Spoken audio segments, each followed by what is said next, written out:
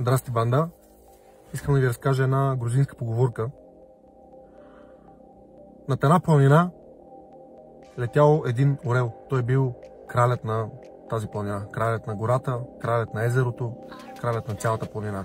Всички животни му имали респекта. Всички животни, когато го видели, че летял над планината и над реката, се криели.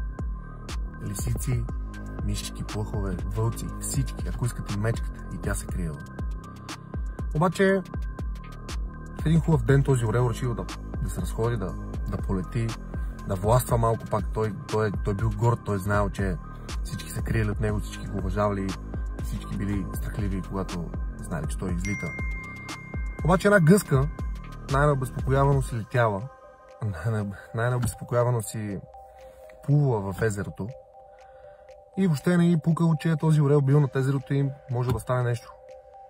Орел видял гъската и си казал: тази гъска, толкова нагла, как така няма да ми има страхопочитанието? И се спуснал надолу. Той искал да я хване и да я убие. Обаче гъската си гмурнала 5 см под водата. Орел се ядосал още повече, излетял 2 пъти по-високо и се засилил 2 пъти повече, за да успее да хване гъската. Обаче втория път гъската просто се гмурнала 3 пъти по-дълбоко. Орелът не успял втория път да излезе от водата, заради това, че крилата му се намокрили, станали тежки и той не е могъл да излети. Каква е поуката, приятели? Че всеки крал си намира майстора.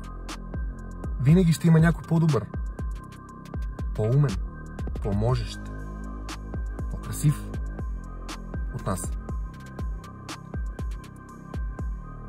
Пожелавам ви повече любов, да си вярваме повече, но не като орела, да обичаме повече, да даваме повече, да изискваме повече от нас самите. Така ще идват и повече от околните. Пожелавам ви много щастие, много сбъднати мечти и да ме гледате повече. Обичам ви.